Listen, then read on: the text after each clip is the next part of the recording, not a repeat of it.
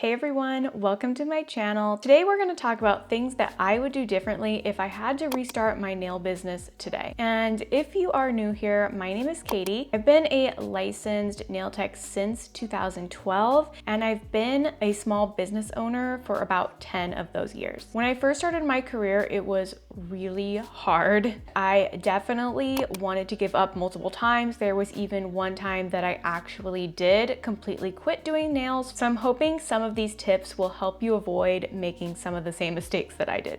For tip number one, or mistake number one, is invest in the foundational education first, not nail art. By foundation, I mean education on shaping, lifting, application, prep, those kinds of things that are not art, but are really the fundamentals of doing nails and the most important thing. I'm somebody who loves art, so one of the big reasons that drew me to nails is the fact that you can basically create little tiny works of art on nails. So the artistic element of doing nails is definitely what kind of drew me in. So of course I was attracted to nail art classes in the beginning because that was like fun and I got to be creative and do nail art. Everyone wants cute nails, but if you don't have a solid foundation, then it really doesn't matter how cute the nails look. I really feel like doing nails is much harder than it looks, and it took me quite a while before I really felt comfortable with my skills, and I think I could have sped that up if I focused on learning the fundamentals first and didn't worry about the nail art quite yet in the beginning. You really can have like the prettiest nails, but if they don't last, then the art alone isn't going to be what keeps clients coming back. Clients want their nails to last, they don't want them to break. Really gonna be what keeps clients coming back every single month to see you to get their nails done. When I first started doing nails, there was not the access to education as there is now. Like there was a little bit on YouTube, but really not that much. This was before Instagram, before TikTok. Finding education was a little bit more difficult when I first started doing nails. And now there is a lot of online education, so it's a little bit more easily accessible if you are somewhere, you live in a more of a remote location, or your finances, are a little bit tighter, so you need something that's a little bit more affordable. There's so much online education right now. And although I do really recommend taking in-person education, it's really important for an instructor to be able to see your work like in real time as you're working, and they can literally see if there's corrections that you need to make right then and there and help you and guide you in person. You can't replace that. Like that is so important to have. I am not against online education. I myself have online nail classes available. So of course, I'm all for online education if it's a little bit more accessible for you. Also, I am not talking about the school that you choose to go to for your basic education to get a license to do nails. I am talking about after you go to school, you're gonna have to find additional education to really hone your skills. And if you're wondering where you can find that education, I recommend looking up the brands that you like or that you're interested in using and see if they offer any classes. There are also expos around the country and also expos in other countries as well. At the expos, there's usually demos that are free, like you can walk up to the booths and a lot of times they'll be able to demo some products for you, help answer any questions. And then there's also usually classes, like paid classes at these expos as well. So just some of the expos that I can think of off the top of my head. I'm in Oregon, so there's the Oregon Nail Expo, there's the Premier show. So I think there's one in San Antonio, Sacramento maybe, and Orlando.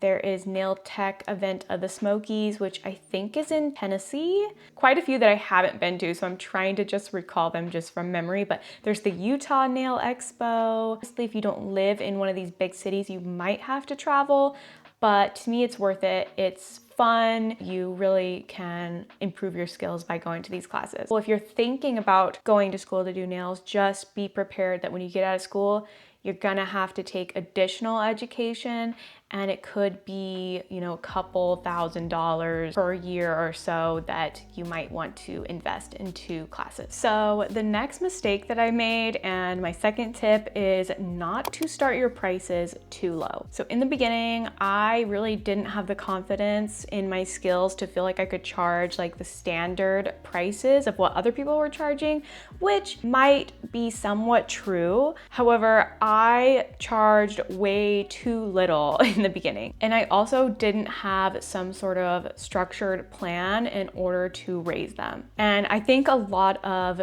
new nail techs can also feel very similarly, just because you're new, you don't have the skills or the confidence to really go out there and just start charging like hundreds of dollars for your nails. But the problem is that if you start your prices way too low, like I did, it can be really hard to raise them to the standard rates later. So my mistake was pricing myself too low, and then I also didn't even give myself a raise every single year. I felt like this gap was happening between the standard prices and my prices, and the gap just kept getting bigger and bigger, and I had the hardest time working my way up to what really I should be charging. So if you're gonna start out with a discounted rate, which I totally understand, especially when you're new, just make sure that you have a plan in place so that you can slowly raise them over time.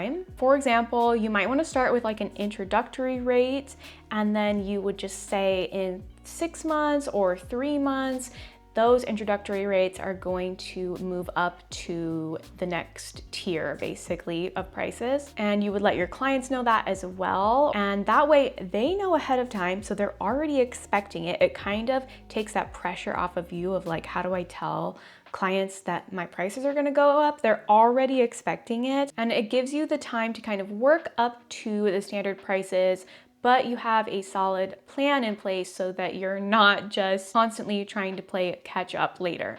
And of course, this works really well if you pair it with my first tip about taking more continuing education so that you're growing your skills as well. And that way you have something to show for your new higher prices. And this actually leads me into my third point, not understanding my cost per service and just picking a price out of thin air. So when I first started, I really had no idea how much to charge. Obviously, I just said I charged way too low, and I had no idea how much it actually cost me to run my business. I never sat down, calculated that out, calculated my expenses, how much each service actually cost me to do. I just picked a price out of thin air based on what other people were charging in the area or based on what I saw online people charging. The problem with this is that everyone has different expenses. It's important to know how much it actually costs you to do so that you can actually make a profit. I have actually seen multiple people calculate this like way later and realize they're only making like less than minimum wage. So as nail techs, I know a lot of us are creative, and I feel like the business nitty-gritty gets overlooked a lot of times, but it's important to know this information so that you can be profitable. The next really big mistake that I made was not having policies in place to protect my business, like a no-show fee, deposits. I didn't do any of that. I would make sure if I was restarting to put those policies in place from day one. If you don't have those types of policies in place from the beginning, it makes it so hard to enforce it later, especially when your clients aren't expecting it. And don't get me wrong, like I totally understand if a client is sick or there is an emergency. Like I am pretty understanding of things like that, but I definitely lost a lot of money from things like no-shows. I had people not show up repeatedly for their appointments. I would call, I would text them, and I would basically never hear from them ever again, which was so incredibly frustrating. And I know if I had some sort of deposit, it would prevent that. It would make it so people really have to be serious if they're gonna book an appointment, or if I didn't hear from them again, at least I already took the deposit and I don't have to go chase them down for like a no-show fee or something. So some policies to consider creating if you haven't already is, will you take a deposit to book? Will you allow clients to bring children in with them? Is there a no-show fee? And what is considered a no-show to you? How much in advance do they need to give you if they need to cancel or reschedule an appointment? Do you offer refunds? Do you charge for nail fixes? And if so, if you are gonna fix nails, how long after their appointment is a fix complimentary? These are just some of the things to consider, and whatever policies that you decide to put in place, just make it super clear. So put it on your website, put it on your social media, make it easily accessible. But I also like to send it to each client, and that way I know that they got the information, because a lot of people will not go to the website or go wherever and read through that information. So at least I know if I sent it to them directly when they booked their appointment, they have the information, and it's gonna be much easier to enforce later. It needs to be clear, and there shouldn't be any surprises on their end. So we wanna make sure that we properly communicate all of this information. Okay, the next thing I would do differently, and this is like actually probably one of my top ones. It seems so small, but I really regret not doing this in the beginning. And that is, get a separate work phone or work number to give to your clients. Giving my clients my cell phone number made it really hard to have a good work-life balance. I have had clients text me in the middle of the night, all throughout the night, midnight, 1 a.m., 2 a.m., you name it. I've had clients text me on vacation, and I know that that may not seem like a big deal to some people. Like, some people just say, oh, ignore it, just get back to them later. Personally, it's really hard for me to ignore messages from clients, especially when you see that little like red notification that you have a text message. I remember being on vacation and a client sent me a photo of their broken nail, and it was literally all I could think about for days.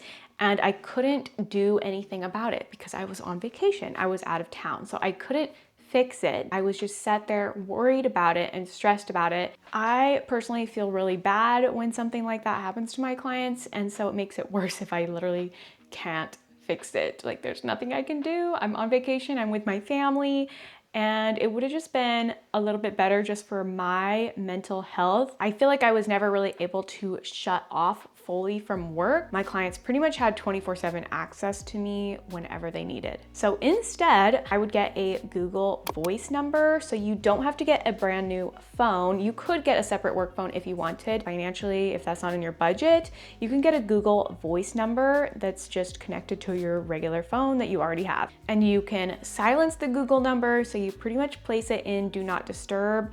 And so if they can still call you, they can still text you, it's just gonna get sent straight to the Google voicemail, and you're not gonna get an alert for it right at that moment. So then you can go and choose to check it when it works for you and that you're available to take the messages. My next mistake was buying cheaper products just to save a little bit of money. There is a saying that says, buy cheap, buy twice. Initially, it'll save you money. In the end, it's not gonna last as long and will most likely lead to repeated purchases. Trust me, I do understand that in the beginning, finances are tight, especially you're just out of school, you don't really have that many clients, so it's hard to buy the more expensive products. But honestly, it's better to save and wait to buy better quality than just to buy a bunch of cheap stuff right off the bat. I remember the first e-file I bought, it would vibrate, it would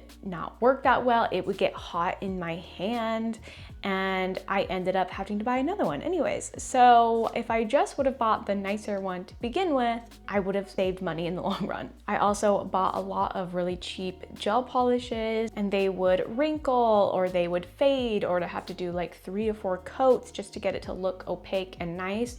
And that ultimately just cost me money because the appointment is gonna take longer, or I'm gonna have to fix things, etc. It's just so not worth it. It just led to more frustration and not being able to put out quality work. And I am not at all saying you have to go buy the most expensive gels out there on the market. There is a wide variety of really good quality gels, and there's a wide range of prices. But I would just be weary of stuff that you find on Amazon that's super cheap. That I really don't recommend going the Amazon route because it's usually cheaper ingredients, cheaper quality, and you don't get the education to back it up. It's really nice to have a brand where they have educators and they can help you if there is a problem and you need some troubleshooting. Side note, you need to come a little bit closer to hear this. You don't need every nail product or trending nail art item that you see online. Something has been sitting in your drawers